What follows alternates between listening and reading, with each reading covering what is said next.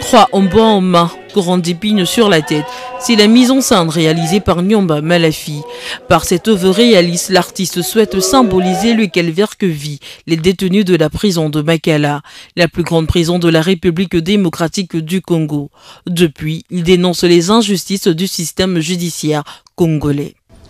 Pour moi, c'est un choc parce que le fait d'être arrêté parce que tu as un centre culturel, le fait d'être arrêté parce que tu veux défendre l'expression artistique, le fait d'être arrêté parce que tu étais allé tout simplement s'imprégner de la situation des artistes qui ont été arrêtés. Ancien détenu libéré le mois dernier, il a été condamné pour avoir défendu publiquement un groupe de danseurs emprisonnés pour atteinte à la pudeur.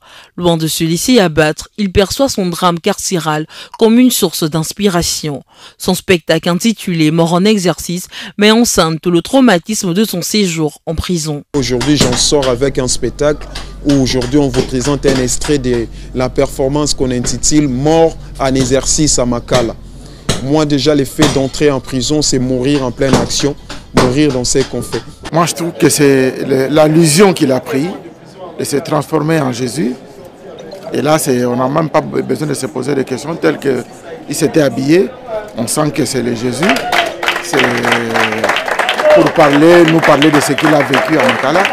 Et moi je trouve ça original, quoi.